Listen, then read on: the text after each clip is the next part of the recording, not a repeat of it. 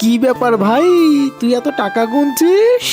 আরে তুই ভুলে গেলি, ম্যাডাম 500 টাকা চাইলো না পিকনিকে যাবে বলি। হ্যাঁ হ্যাঁ, আচ্ছা শোন, আমি যদি তোর 500 টাকার নোট দিই তাহলে কি তুই তোর খুচরা 600 টাকা আমাকে দিয়ে দিবি? হ হ দিয়ে দেবো, আমার তো 500 টাকা লাগবে, তুই নে নে। ধন্যবাদ। ঠিক আছে। আচ্ছা বাচ্চারা, তোমাদের যে বলছিলাম পিকনিকের জন্য 500 টাকা আনতে, কে কে নিয়ে আসছো? খুব সুন্দর কালু। পরবর্তী রকি, আসো। এনেন ম্যাডাম। পাগল পাইছো আমার? নকল টাকা দিচ্ছ কেন?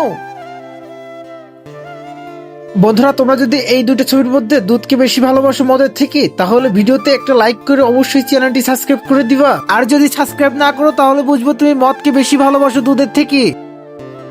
কিন্তু ম্যাডাম, আমি তো আসল টাকা নিয়ে আসছিলাম। চুপ করো, ক্লাস থেকে বের হও আর চুপচাপ কান ধরে দাঁড়ায় থাকো। ভাবছে ম্যাডামের নকল টাকা দিয়ে পাগল বানাবো, হ্যাঁ? পরবর্তী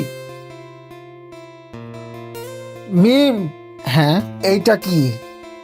কি আবার? এই নোট তুই আমার দিছিস না সকালে? তুই আমার কাছে আসল টাকা নিয়ে নকল টাকা দিয়ে দিলি? পাগল নাকি তুই? আমি তোর নকল টাকা দেবো কিভাবে ভাবলি? তুই দেখ গে, তোর ক্লাস থেকে তোর কাছ থেকে কেউ আসল টাকা নিয়ে নকল টাকা দিয়ে দিছে, আমি তোর দিই নাই রে ভাই।